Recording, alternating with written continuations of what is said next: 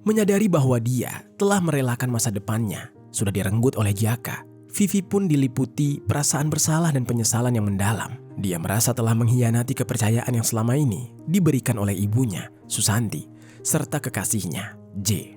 Halo Sobat Pena, apa kabar hari ini? Assalamualaikum warahmatullahi wabarakatuh. Hari ini kita akan kembali membahas kejadian-kejadian mengerikan, kisah nyata yang terjadi di muka bumi ini. Kisah kali ini terjadi di Tangerang, Banten pada tahun 2019. Bercerita tentang seorang wanita yang mengalami nasib tragis. Dia tewas dan jasadnya ditemukan dalam kondisi yang sangat mengenaskan. Tangannya terikat tali rafia, posisinya tertelungkup dan berada di dalam selokan di antara semak-semak. Kejadian yang begitu bengis ini ternyata dilakukan oleh tunangan korban sendiri. Lantaran si tunangannya cemburu dan sakit hati karena sering dibanding-bandingkan dengan mantan kekasih korban. Bagaimana cerita selengkapnya tentang kasus yang satu ini? Langsung saja kita bahas di Kata Pena.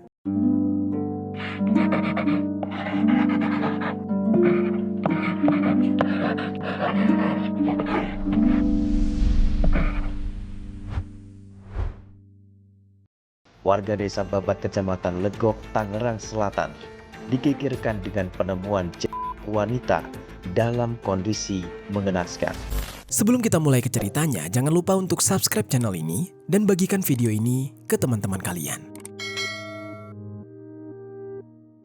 Cerita ini dibuat berdasarkan berita yang sudah beredar dan diterbitkan oleh beberapa media publik yang aku sajikan dan aku rangkum dalam bentuk alur cerita. Kita mulai ceritanya. Oh ya sobat, sebelum itu aku punya sebuah informasi. Kata Pena tergabung ke dalam program YouTube Shopping Affiliate. Buat kalian yang ingin mencari barang-barang elektronik yang keren dan bagus dan juga murah, aku punya beberapa rekomendasi produk untuk kalian. Kalau kalian tertarik, langsung saja cek link produk di pojok kiri bawah untuk pembeliannya. Jadi sobat, di Tangerang, Banten, ada seorang gadis muda yang usianya masih 17 tahun yang bernama Viviani Sri Lestari atau yang akrab disapa dengan nama Vivi. Ibunya bernama Susanti. Namun mengenai keberadaan serta identitas ayahnya tidak disebutkan. Vivi dan keluarganya tinggal di daerah Pinang Tiga Raksa, Kabupaten Tangerang. Di usianya yang masih belia, Vivi diketahui baru lulus sekolah menengah atas pada tahun 2018 dan dia memutuskan untuk tidak melanjutkan pendidikannya setelah itu. Meski saat di sekolah dulu dia dikenal sebagai murid yang pintar dan teladan, Vivi dengan hatinya yang begitu besar, dia lebih memilih untuk bekerja, membantu ekonomi ibunya. Ibunya yang bernama Susanti, sehari-hari berjualan kue yang menjadi sumber penghasilan bagi keluarga mereka. Entah dengan cara apa Susanti berjualan, entah dia memiliki toko atau hanya membuat kue berdasarkan pesanan. Namun yang jelas, di saat itu, pekerjaan tersebutlah yang menopang perekonomian keluarga mereka. Anaknya Vivi yang dikenal rajin sehari-harinya menghabiskan waktu untuk mendukung usaha ibunya dalam menjalankan bisnis kue tersebut. Mulai dari membantu mempersiapkan alat, menyiapkan bahan, memanggang, hingga membantu dalam aspek pemasarannya. Selain rajin, Vivi juga dikenal sebagai gadis muda yang memiliki paras cantik. Dan dengan paras cantiknya tersebut, tentu saja Vivi digemari banyak pria. Meski begitu, hati Vivi telah mantap menjatuhkan pilihannya pada seorang pria yang berinisial J. Namun, mengenai latar belakang dari kekasih Vivi tersebut tidak dijelaskan di media manapun. Hubungan antara Vivi dan J saat ini telah berlangsung selama 3 tahun. Sebuah perjalanan yang cukup panjang untuk membangun ikatan cinta yang mendalam. Selama 3 tahun tersebut, mereka telah melewati berbagai momen suka dan duka bersama, saling menguatkan di setiap situasi dan tantangan yang mereka hadapi. Dan dengan hubungan yang telah terjalin cukup lama, serta keyakinan yang mendalam untuk mewujudkan masa depan yang bahagia bersama, meskipun usia mereka masih relatif muda, keduanya memiliki tekad dan komitmen yang kuat untuk membawa kisah cinta mereka ke tahap yang lebih serius, yaitu pernikahan. Untuk mewujudkan impian mereka, J pun rela banting tulang, bekerja keras untuk bisa melamar dan mempersunting Vivi, sang pujaan hati. Namun di balik usaha kerasnya J untuk mengejar impian mereka, muncul tantangan besar yang tidak terduga. Ternyata kesibukan J dalam bekerja demi masa depan mereka membuat waktu mereka yang seharusnya bisa dihabiskan bersama malah menjadi semakin terbatas. Hubungan mereka yang awalnya terasa begitu erat mulai diuji oleh jarak dan kesibukan hingga perlahan menciptakan celah di hati Vivi yang tidak pernah dia duga sebelumnya. Di tengah situasi ini, hadirlah seorang pria yang dengan pesona dan kehadirannya sangat menyenangkan, mampu menarik perhatian Vivi. Pria tersebut bernama Jakaria atau yang lebih akrab disapa dengan nama Jaka. Jaka ini merupakan seorang pemuda yang usianya hanya 1 tahun lebih tua dari Vivi, yaitu 18 tahun. Namun berbeda dengan Vivi yang sudah lulus sekolah, Jaka ini masih berstatus sebagai seorang pelajar. Pertama kali keduanya bertemu karena Jaka merupakan salah satu teman dari kerabat Vivi. Pertemuan itu terjadi secara tidak sengaja saat Jaka tengah menghabiskan waktu bersama kerabat Vivi. Ketika pertama kali dia melihat Vivi, Jaka langsung merasa terpikat oleh pesonanya serta keanggunannya. Rasa kagum itu dengan cepat berubah menjadi rasa suka yang kuat hingga Jaka bertekad untuk mendekati Vivi. Dengan keberanian yang dimilikinya, Jaka mulai mencari cara untuk berinteraksi lebih dekat dengan Vivi. Vivi yang awalnya menjaga jarak, namun lama-kelamaan perlahan mulai luluh dengan perhatian dan bujuk rayu Jaka. Hubungan mereka berdua pun semakin erat, membuat lembaran baru yang tidak terduga dalam kehidupan Vivi. Meski Vivi sudah punya kekasih, namun Vivi diam-diam sering menghabiskan waktu bersama Jaka. Bahkan Vivi yang dimabuk cinta sampai tanpa sadar mau melakukan hubungan badan dengan Jaka. Menyadari bahwa dia telah merelakan masa depannya, sudah direnggut oleh Jaka, Vivi pun diliputi perasaan bersalah dan penyesalan yang mendalam. Dia merasa telah mengkhianati kepercayaan yang selama ini diberikan oleh ibunya, Susanti, serta kekasihnya, J. Di dalam kebimbangan dan rasa bersalah, Vivi akhirnya memberanikan diri untuk mengakui segalanya kepada sang ibu. Dengan berat hati, Vivi menceritakan bahwa masa depannya telah direnggut oleh seorang pria, tetapi bukan kekasihnya, melainkan oleh pria lain. Ketika mendengar pengakuan itu, Susanti sangat sedih, terpukul dan kecewa atas pengakuan anaknya. Susanti di saat itu merasakan kehancuran dalam hatinya. Untuk sang putri yang sudah dibekali dengan pendidikan, agama, dan nilai-nilai kehidupan yang baik, malah membuat dia kecewa dengan berbuat hal yang seharusnya tidak dilakukan sebelum menikah. Dengan emosi yang memuncak, meski kecewa, Susanti yang merasa sedih masa depan anaknya telah direnggut. Dia ingin pria yang berbuat hal itu kepada putrinya bertanggung jawab. Susanti pun lantas memutuskan untuk mencari tahu identitas dan alamat pria yang bernama Jaka tersebut. Singkat cerita, Susanti pun berhasil mendapatkan informasi tentang Jaka. Susanti segera mendatangi keluarga Jaka untuk meminta pertanggungjawaban atas perbuatan anak mereka. Dan di sisi lain, keluarga Jaka yang tiba-tiba didatangi oleh Susanti merasa terkejut. Keluarga Jaka yang juga dikenal keluarga baik-baik, keluarga yang benar-benar taat agama, tidak menyangka bahwa putranya yang masih sekolah telah berhubungan badan. Setelah mendengar penjelasan dari Susanti, akhirnya kedua belah pihak pun menyetujui untuk bertanggung jawab dengan syarat bahwa Jaka akan menikahi Vivi. Namun, keluarga Jaka mengajukan permintaan agar pernikahan dilangsungkan setelah Jaka menyelesaikan pendidikannya. Rencananya, pernikahan mereka akan dilangsungkan setelah Lebaran Haji mendatang. Dan sebagai langkah awal menuju komitmen tersebut, keluarga Jaka dan Susanti sepakat untuk mengadakan pertunangan antara Vivi dan Jaka. Atas keputusan tersebut, Vivi dengan berat hati dan perasaan yang bercampur aduk, mau tidak mau, setuju tidak setuju, dia harus merelakan semuanya. Dan karena hal itu pula, berarti Vivi juga harus melepaskan J, kekasihnya yang selama ini menjadi sandaran hatinya. Meskipun merasa sedih dan sangat bersalah terhadap J, Vivi tidak ingin larut di dalam penyesalan. Dia memutuskan untuk melangkah maju dan melihat ke depan, berharap bahwa Jaka dapat menjadi suami yang baik untuknya kelak. Dan singkat waktu, Vivi dan Jaka pun bertunangan. Seiring berjalannya waktu, siapa sangka setelah bertunangan, Jaka mulai menunjukkan sifat dan perilaku yang berbeda dan tidak pernah Vivi duga sebelumnya. Jaka menjadi sangat posesif, sering menunjukkan sikap temperamental dan bahkan memperlakukan Vivi dengan kasar.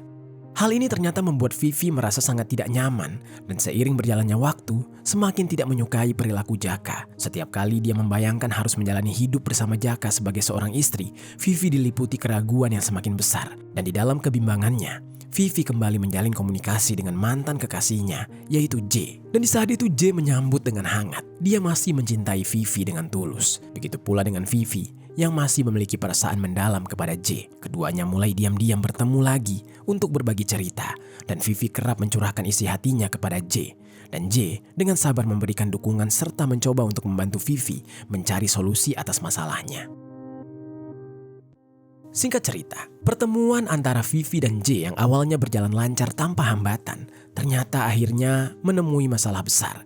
Jaka yang selama ini mulai curiga dengan sikap Vivi yang aneh dan seperti menyembunyikan sesuatu, akhirnya berhasil memergoki bahwa tunangannya tersebut diam-diam bertemu dengan pria lain di belakangnya. Di saat itu, Jaka sendiri tidak tahu bahwa yang ditemui oleh Vivi adalah mantan kekasihnya, karena memang sebelumnya Jaka belum pernah bertemu dengan mantan kekasih Vivi yang berinisial J tersebut. Namun yang jelas, siapapun pria itu, Jaka merasa cemburu karena Vivi juga terlihat sangat bahagia berinteraksi dengan pria tersebut.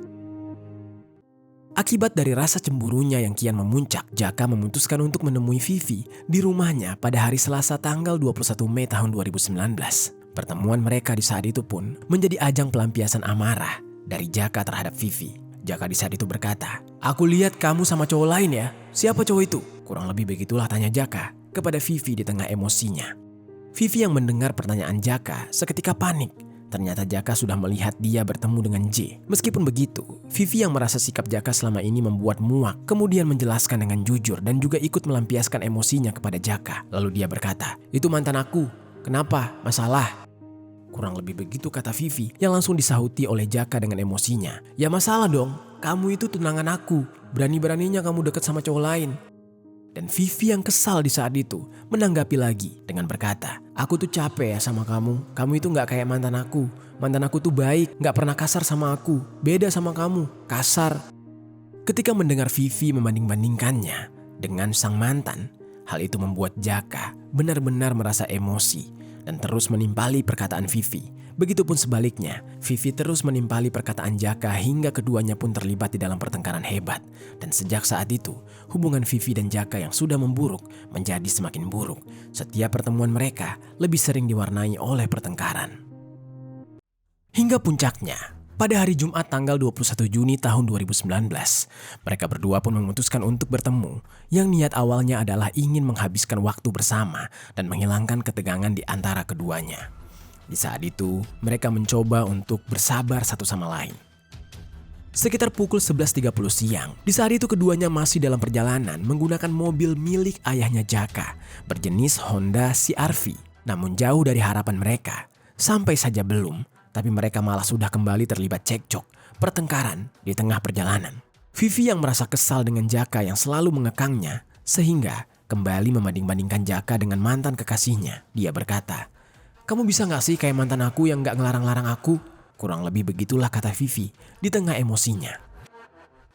Mendengar tunangannya kembali dan selalu membanding-bandingkan dia dengan sang mantan kekasih, rasanya kali ini Jaka sudah di puncak kemarahannya dan tidak bisa membendungnya lagi.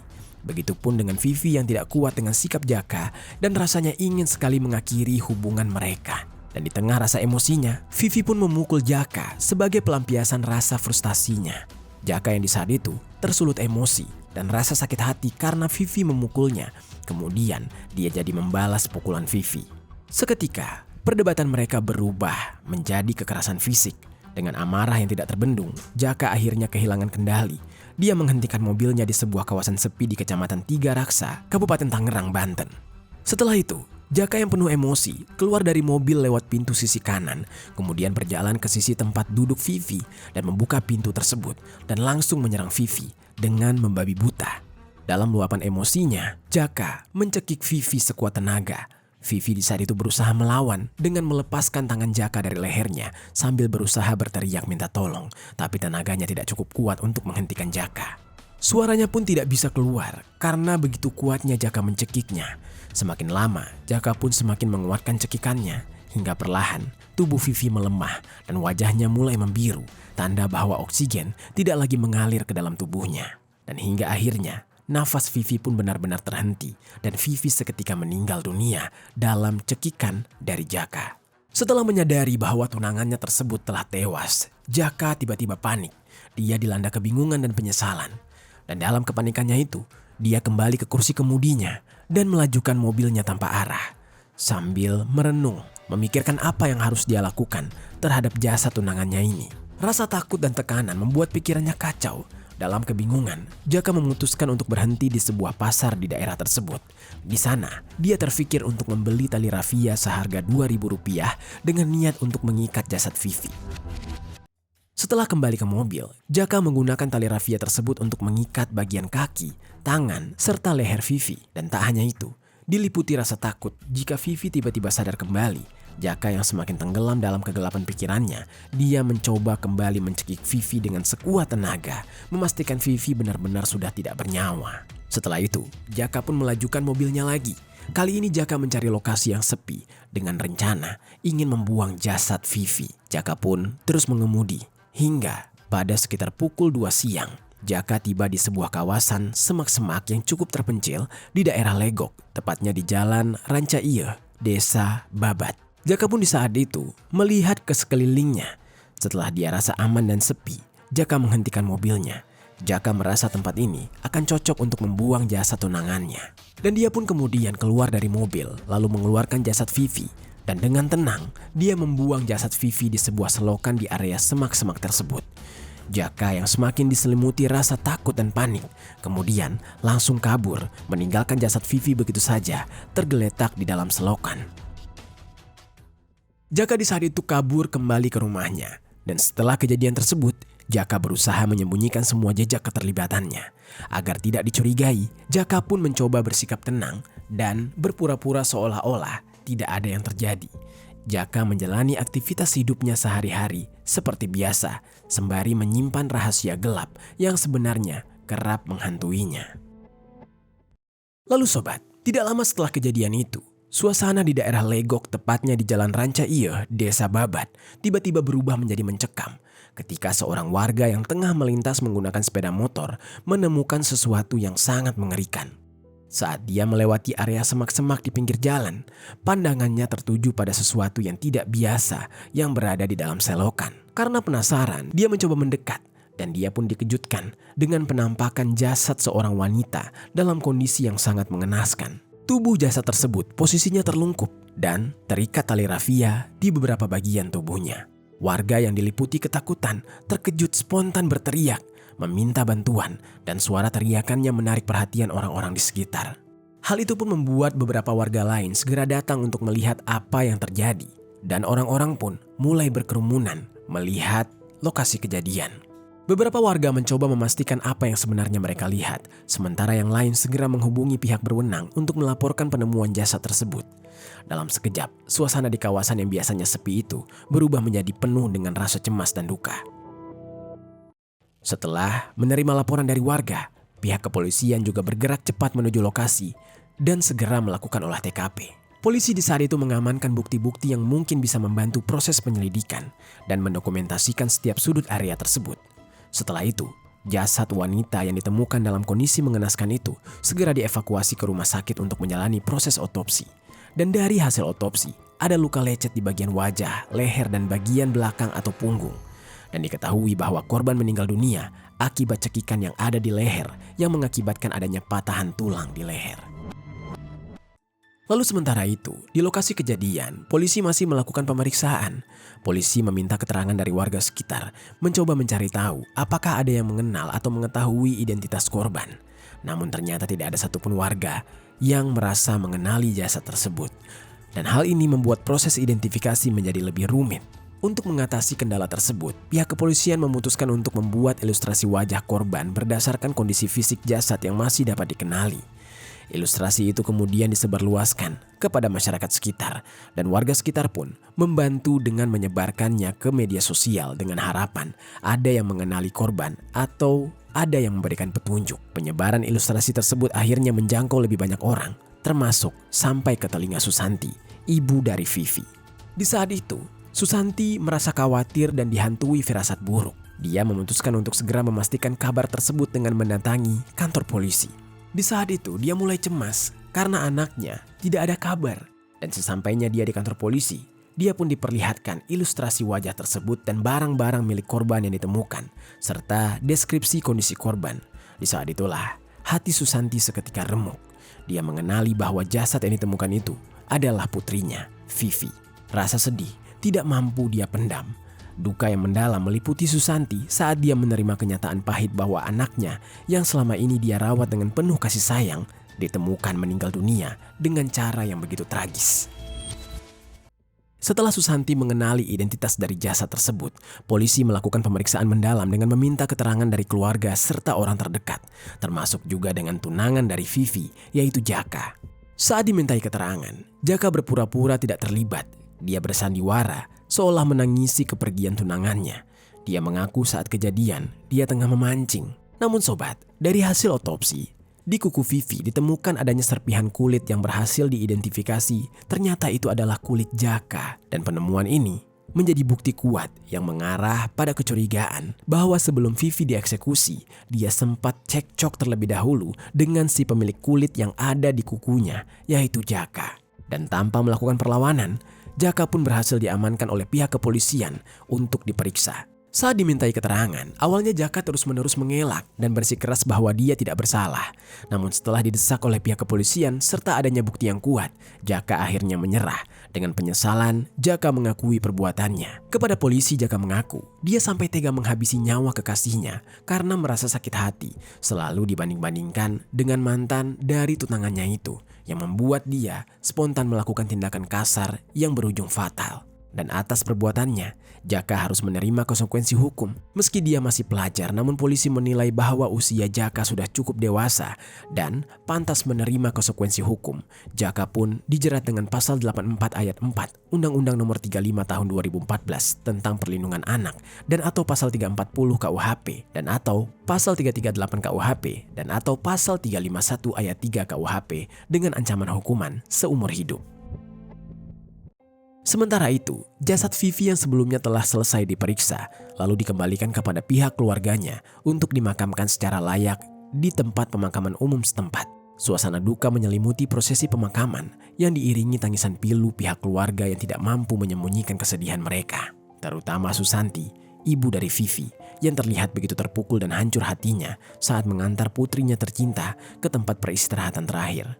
Begitu juga dengan keluarga Jaka. Mereka sangat menyesali perbuatan anak mereka. Mereka tidak pernah menyangka dan tidak pernah membayangkan bahwa anak mereka akan melakukan tindakan sekeji itu. Itu dia sobat, kisah dari Vivi yang harus berakhir secara mengenaskan. Setelah pengkhianatan yang dia lakukan terhadap kekasihnya J, dia pun harus berakhir di tangan selingkuhan yang sudah menjadi tunangannya yang bernama Jaka. Apa pelajaran yang bisa kita ambil dari kisah ini?